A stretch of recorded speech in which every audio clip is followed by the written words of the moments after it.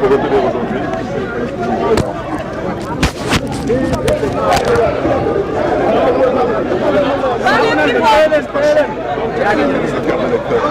Les bureaux fictifs.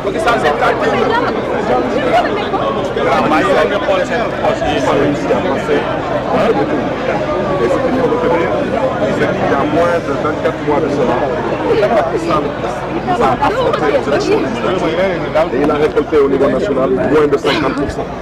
Alors que quelqu'un nous explique qu'est-ce qui s'est passé entre les législatives et la présidentielle pour que Macky Sall quitte de 48% il y a moins de 2 ans et qu'il passe à 58%.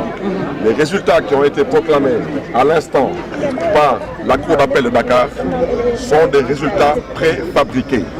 Ça ne reflète pas la réalité des urnes. Et c'est quoi la suite? Ce qu'il y a lieu de faire aujourd'hui, c'est de demander aux Sénégalais qu'ils comprennent définitivement que les hommes politiques ont fait ce qu'ils devaient faire. C'est aux Sénégalais maintenant de faire respecter leur choix. Et cela ne va pas réinventer le monde. Nous, à notre niveau, nous refusons et nous réfutons ces chiffres. Ces chiffres sont des chiffres préfabriqués. Il y a bel et bien un second tour.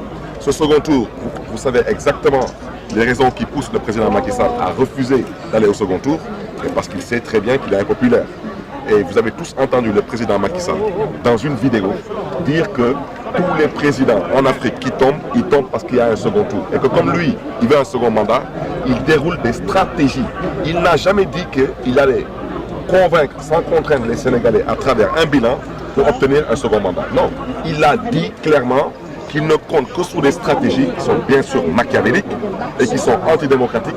Et c'est exactement ce qu'il a eu à faire avec la complicité de ces personnes que j'appelle des magistrats et non des magistrats. Comment comptez-vous faire maintenant? Mais le peuple doit résister. C'est aussi simple que ça. Nous ne sommes pas dans l'émotion, nous ne sommes pas dans la sensation, nous ne sommes pas dans la précipitation. Mais je pense que le président Idriss Seck aujourd'hui est conscient des enjeux de l'heure et d'ici quelques heures, il va se prononcer et je pense qu'il ne peut pas dire autre chose que d'inviter le peuple sénégalais à la résistance. Nous ne sommes pas des rebelles.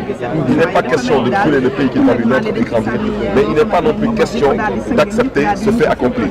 Il faut que les uns et les autres comprennent clairement que si le président Macky Sall aujourd'hui fait ce qu'il fait et qu'il n'y a aucune réaction de la part des populations sénégalaises, il n'y a plus d'intérêt à organiser des élections au Sénégal. C'est ça la vérité.